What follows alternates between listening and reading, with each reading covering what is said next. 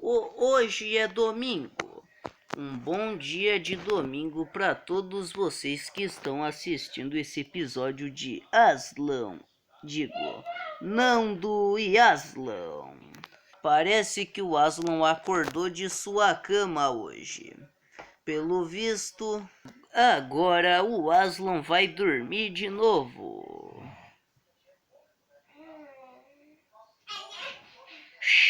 Mas o problema que ele não sabe é que na sua casa tem goteiras.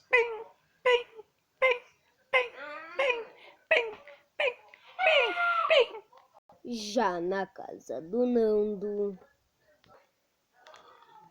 Sorte que na minha casa não tem goteiras. Assim não preciso me preocupar, porque a minha casa não é feita de madeira e as telhas estão com cola.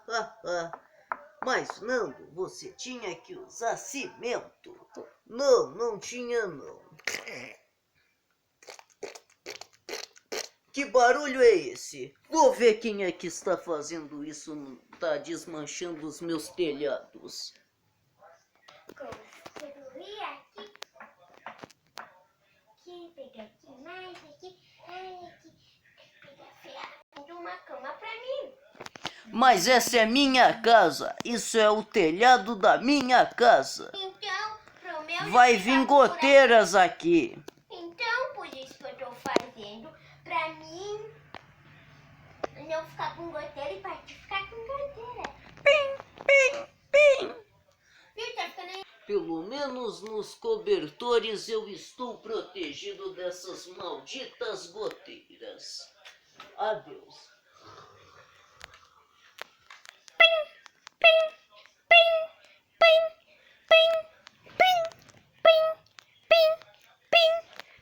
Que chuva! Puxa, olha o que você fez com a minha casa. Ai, Nango. Oi, Nando. Ô, Nango.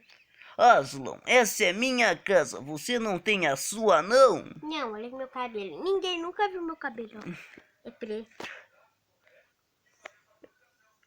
Ô, seu guri nojento, pare de comer tatu do nariz. Eca, na minha casa isso não pode. Não pode comer. Deixa eu tirar pra mostrar pra você. Eca, Delicioso. Catar. isso é uma nojeira. Não, calma, eu vou tirar mais pra comer. Bom. Calma aí, eu vou tirar um bem sorvete de catarro. Não, que Eu vou mostrar o nojo. catarro no vídeo, gente. Eca, não acredito que você fez isso. Vou te mostrar a segunda parte da minha invenção da máquina do tempo. Agora ele vai ver uma coisa. Vem atrás de mim. Tô indo. E vê se não me prende lá, hein? Tá bom. Entendeu?